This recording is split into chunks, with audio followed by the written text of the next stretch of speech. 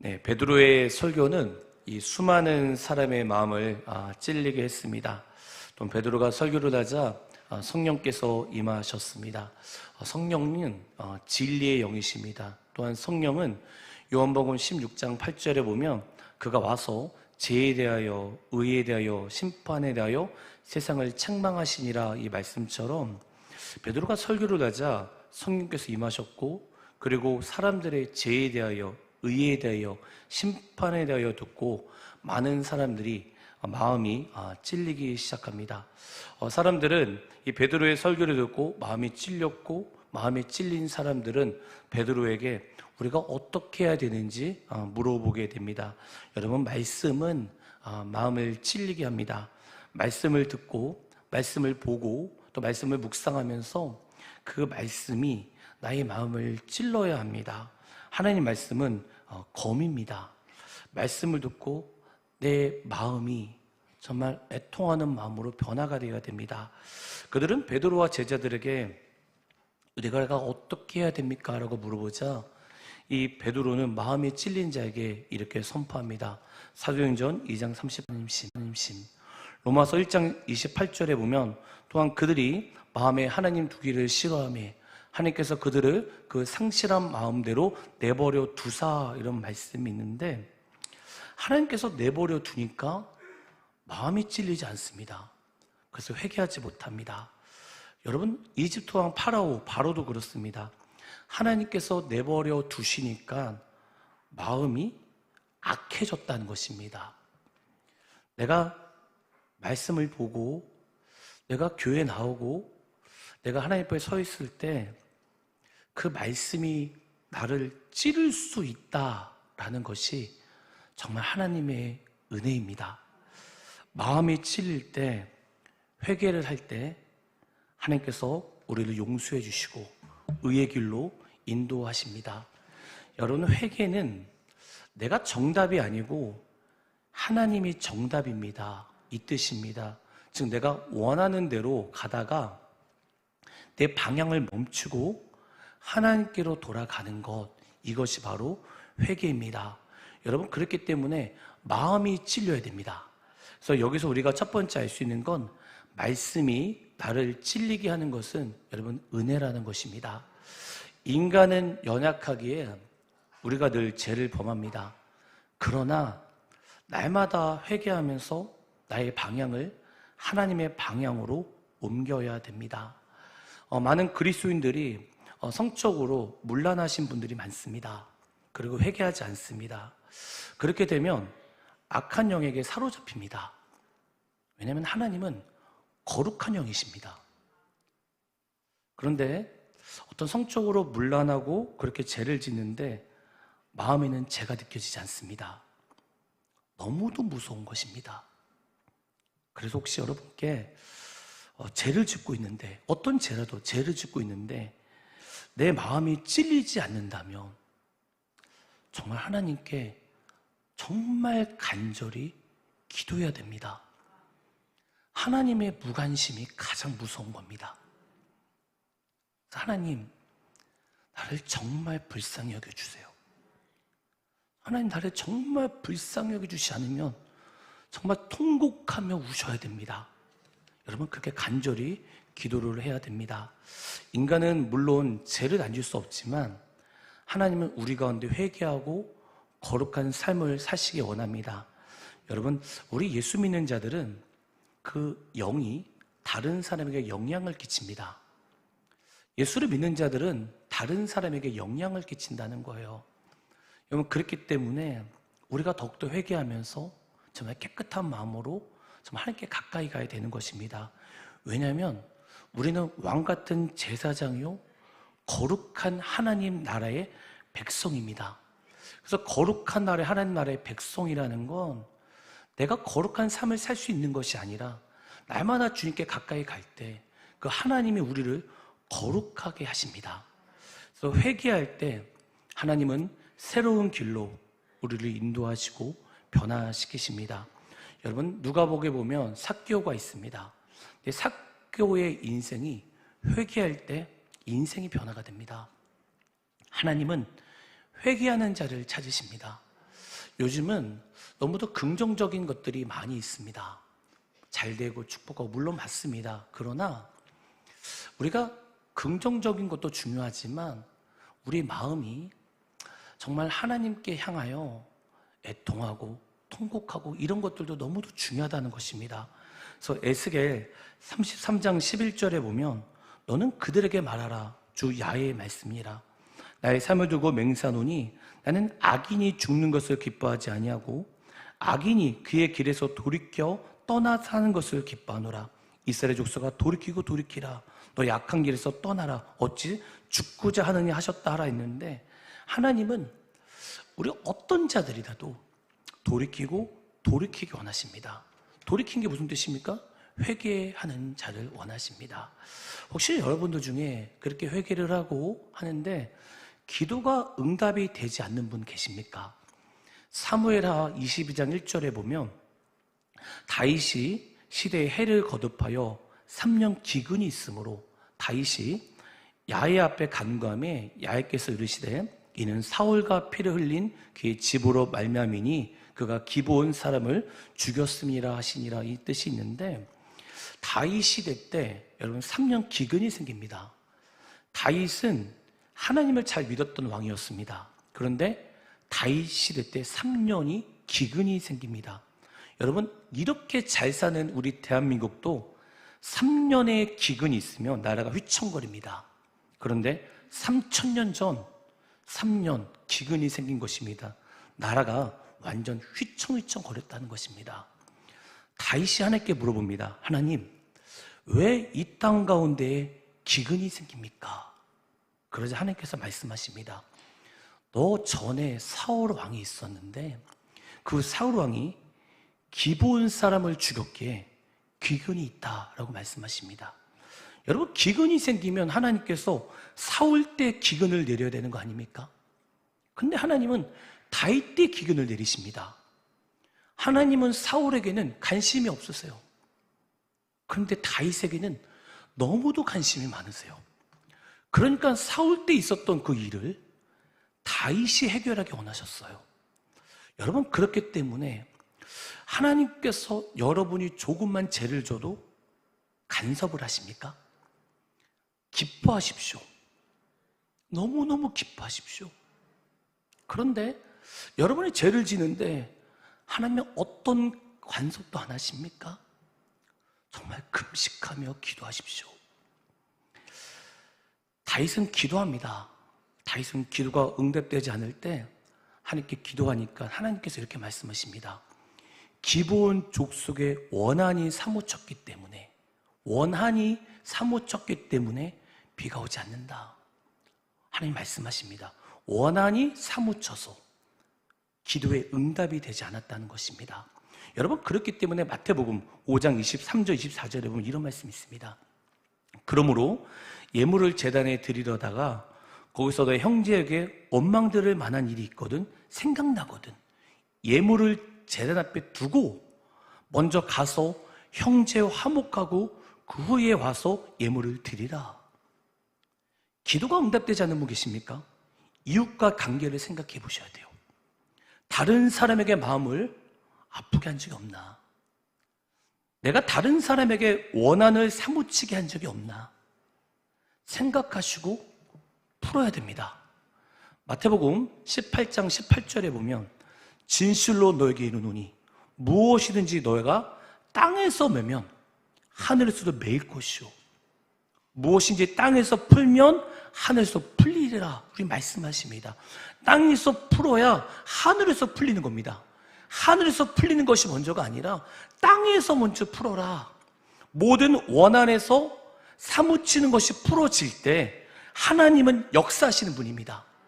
말씀을 듣고 마음에 찔리는 것 좋은 것이고 또한 모든 관계가 여러분 풀어줘야 됩니다. 사울이 기브온 족속을 죽였다고 하는데 여호수아 9장을 보면 13절에서 15절 이런 말씀이 있습니다.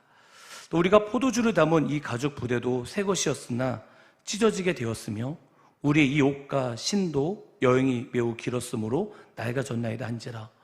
우리가 그들의 양식을 취하고는 어떻게 할지를 야훼께 묻지 아니하고 여호수아가 곧 그들과 화친하여 그들을 살리라는 조약을 맺고 회중 족장들이 그들에게 맹세하였더라 했는데, 여호수아가 가나안 땅을 정복합니다. 정복하러 갈 때 바로 그때 기브온 족속 사람들도 이 여호수아가 죽여야 됩니다. 근데 여호수아가 정복할 족속들이었습니다. 그런데 기브온 족속이 여호수아를 속입니다. 그리고 하나님 앞에 맹세를 합니다. 우리 민족을, 우리 족속을 죽이지 않기로 언약과 맹세를 합니다. 마땅히 죽어야 될 그 기브온 족속이 여호수아는 맹세를 합니다. 마땅히 죽어도 될 그 기브온 족속의 맹세 때문에 하나님이 그 맹세를 기억하시고 다윗에 기근을 내리시는 겁니다. 보십시오. 여호수아가 기브온 족속들과 맹세하신 것을 기억하신 하나님께서 우리 가운데 동일하게 맹세하셨다는 겁니다. 그 맹세는요, 여러분, 예수 그리스도의 십자가 사건입니다. 그래서 로마서 8장 32절에서 39절에 보면 이런 말씀이 있습니다. 자기 아들을 아끼지 아니하시고 우리 모든 사람을 위하여 내주신 이가 어찌 그 아들과 함께 모든 것을 우리에게 주시지 아니하겠느냐. 누가 능히 하나님께서 택하신 자들을 고발하리요 의롭다 하신 이는 하나님이시니 누가 정죄하리요 죽으실 뿐 아니라 다시 살아나신 이는 그리스도 예수시니 그는 하나님 우편에 계신 자요 우리를 위하여 강구하시는 자신이라. 누가 우리를 그리스도의 상에서 끊으리요 환난이나 공고나 박해나 기근이나 적신이나 위험이나 칼이라. 기록된 바 우리가 종일 주를 위하여 죽임을 당하게 되며 도살당할 양같이 여금을 받았나이다 한가 같으니라. 그러나 이 모든 일에 우리는 사랑하신 이로 말미암아 우리가 넉넉히 이기느니라. 내가 지나노니 사망이나 생명이나 천사들이나 권세자들이나 현재이나 장래이나 능력이나 높음이나 깊음이나 다른 어떤 피조물이라도 우리를 우리 주 그리스도 예수 안에 있는 하나님의 사랑에서 끊을 수 없으리라 하고 딱 못을 박아버렸습니다. 어떤 자입니까, 여러분? 예수 안에 있는 자들. 우리가 여러분 예수 안에 있어야 됩니다. 우리는 교회에 나오는 게 너무 중요합니다. 그러나 여러분, 교회에 나오는 건 너무 중요하지만 우리가 예수 안에 있어야 됩니다. 내가 주님 안에 있고 주님이 내 안에 계셔야 됩니다. 그럴 때 하나님이 우리 가운데 인치셔서 우리가 어떤 것도 우리를 끊을 수 없는 그 사랑의 확증을 우리 가운데 보여주십니다. 우리가 주님 안에 있을 때 하나님과 우리 관계는 어떤 누구도 끊을 수 없습니다. 아멘. 여러분, 그렇기 때문에 주님 안에 있으십시오. 우리 주님 안에 거하십시오. 이렇게 회개한 자들이 사도행전 2장 42절에 보면 그들이 사도의 가르침을 받고 서로 교제하고 떡을 떼며 오로지 기도하기를 힘쓰니라 했는데, 사도의 가르침을 받게 되고 어떤 일이 생기냐면 교제하고 떡을 떼며 기도하기 시작합니다. 여러분 잘 보십시오. 우리가 여기서 두 번째 알 수 있는 건 뭐냐면 회개한 자들을 통해서 믿음의 공동체가 강하게 된다는 것입니다. 여러분, 먼저 이들이 사도의 가르침을 받게 되었습니다. 그리고 말씀을 잘 듣고 순종했습니다. 또한 믿는 자들끼리 교제를 했습니다. 같이 교제를 하니까 자신의 어려움, 힘듦, 괴로움 모든 이야기할 수 있는 그런 공동체가 있게 되었다는 것입니다. 예수님도 교제하셨습니다. 같이 식사하고 나누고 교제했습니다. 여러분, 믿는 자들의 교제는 너무도 중요합니다. 그리고 이들은 기도하기에 힘썼다는 것입니다. 여러분, 기도하는 공동체가 있어야 됩니다. 그리고 교제를 하면서 기도해야 됩니다. 그래서 예배 너무 중요합니다. 하지만 같이 공동체끼리 교제하고 나누는 것, 이것이 너무도 중요합니다. 예수님께서 마태복음 18장 19절에서 20절에 보면 이런 말씀이 있습니다. 진실로 다시 너에게 이르노니 너희 중에 두 사람의 땅에서 합심하여 무엇이든지 구하면 하늘에 계신 내 아버지께서 그들을 위하여 이루게 하시니라. 두세 사람이 내 이름으로 모인 곳에는 나도 그들 중에 있느니라 우리 주님 말씀하십니다. 여러분 잘 보십시오. 두세 사람이 예수의 이름으로 모인 곳에 내가 그곳 가운데 함께 하겠다. 공동체 너무도 중요합니다. 여러분, 그렇기 때문에 구역 모임이 너무 중요해요. 지역 모임 너무 중요해요. 그리고 가정의 예배가 너무도 중요하다는 거예요. 그것에 주님께서 함께 하십니다. 그런 공동체를 여러분 소중히 여기셔야 돼요. 공동체가 회복이 될 때 교회는 부흥이 됩니다. 초대교회 부흥을 위해서라면 우리는 뭉쳐야 됩니다. 하나가 되어야 됩니다. 같이 모여서 기도하고 교제하고 말씀을 들어야 됩니다. 부흥이란 말씀을 듣고 배우고 교제할 때 초대교회 부흥이 사도행전에서 일어났다라는 것입니다. 또한 공동체가 여러분 회복이 돼야 됩니다. 구역 모임 여러분 귀중하게 여기십시오. 지역 예배 모임 귀중하게 여기십시오. 그리고 가정 예배 귀중하게 여기십시오. 우리 주님도 귀중하게 여기셨습니다. 이렇게 회개한 자들이 통해서 믿음의 공동체가 강하게 되니까 2장 43절부터 47절 사도행전에 보면 사람마다 두려워하는데 사도들로 말미암아 기사와 표적이 많이 나타나니 믿는 사람이 다 함께 있어 모든 물건을 서로 통용하고 또 재산과 소유를 팔아 각 사람의 필요를 따라 나눠주며 날마다 마음을 같이하며 성전에 모이기를 힘쓰고 집에서 떡을 떼며 기쁨과 순전한 마음으로 음식을 먹고 하나님을 찬미하며 또 온 백성에게 칭송을 받으니 주께서 구원받는 사람을 날마다 더하게 하시니라 했는데 구원받는 사람이 날마다 더하게 됩니다. 사도들의 기사와 표적이 일어나게 됩니다. 성령께서 더 역사하셨다라는 겁니다. 제가 느끼는 것은 여러분 분열이 있는 곳은 기적과 표적이 일어나지 않습니다. 교회 분열이 있는 곳은 기적과 표적이 일어나지 않고 안 좋은 일이 일어나게 됩니다. 여러분 그렇기 때문에 예수의 이름으로 하나가 되게 힘쓰십시오. 우리의 머리는 예수 그리스도십니다. 우리의 생각이 아니에요. 목소리 큰 사람의 생각이 아니에요. 예수 그리스도의 생각이에요.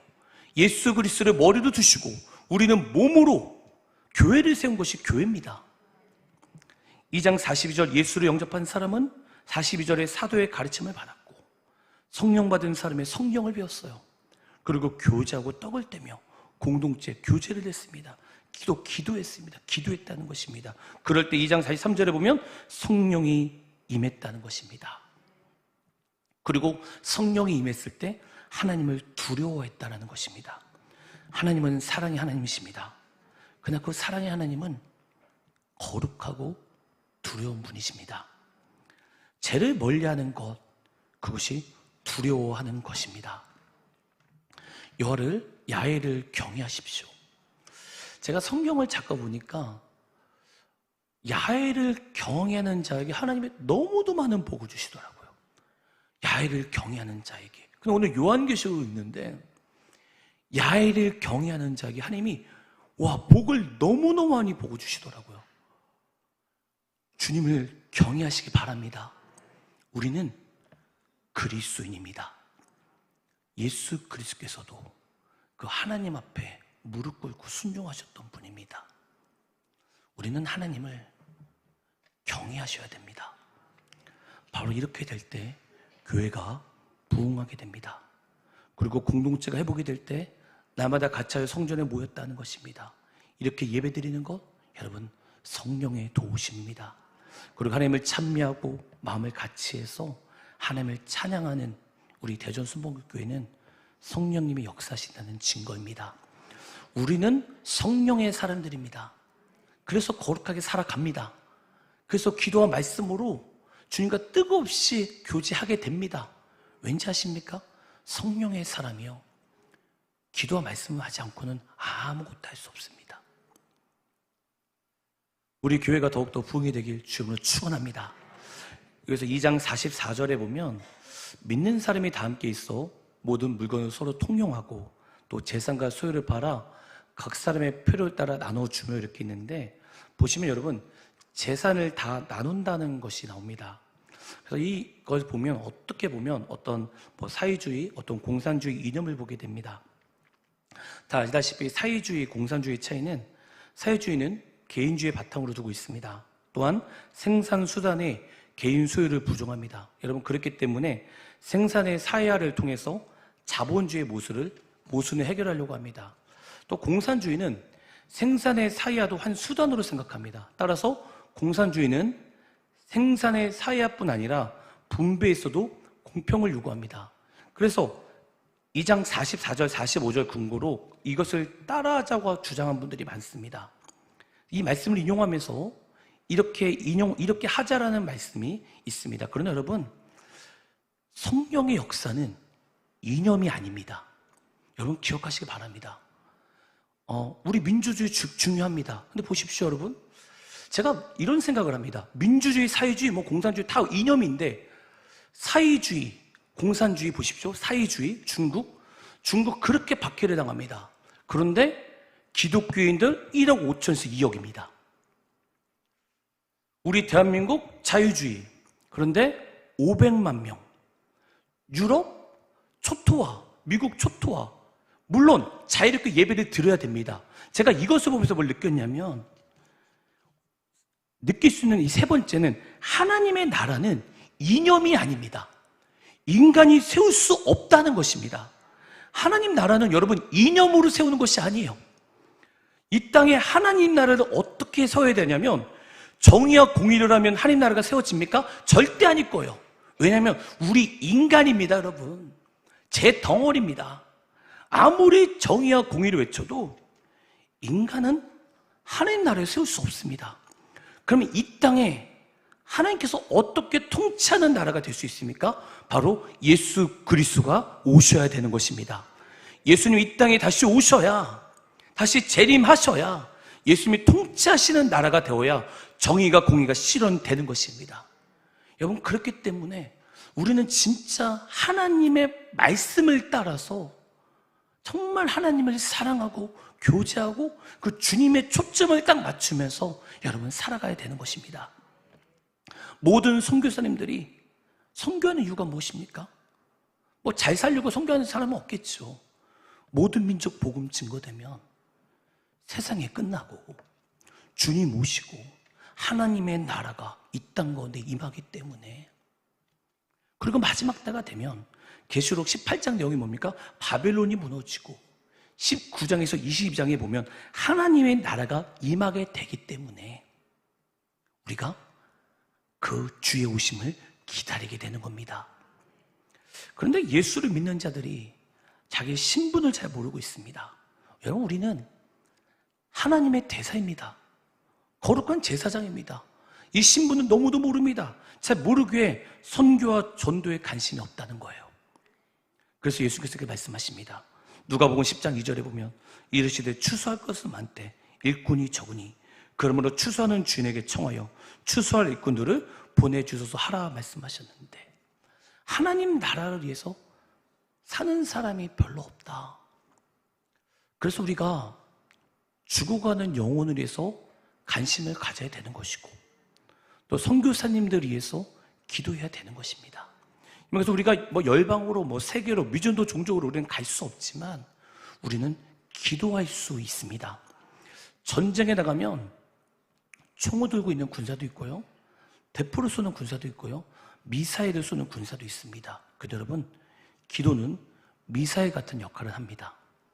그래서 우리는 열방의 선교사님들을 위하여, 나라와 민족을 위하여 기도해야 되는 것입니다. 그 이유는 예수님께서 모든 민족에 관심을 가졌고 성령님도 모든 민족에 관심을 가졌다는 것입니다.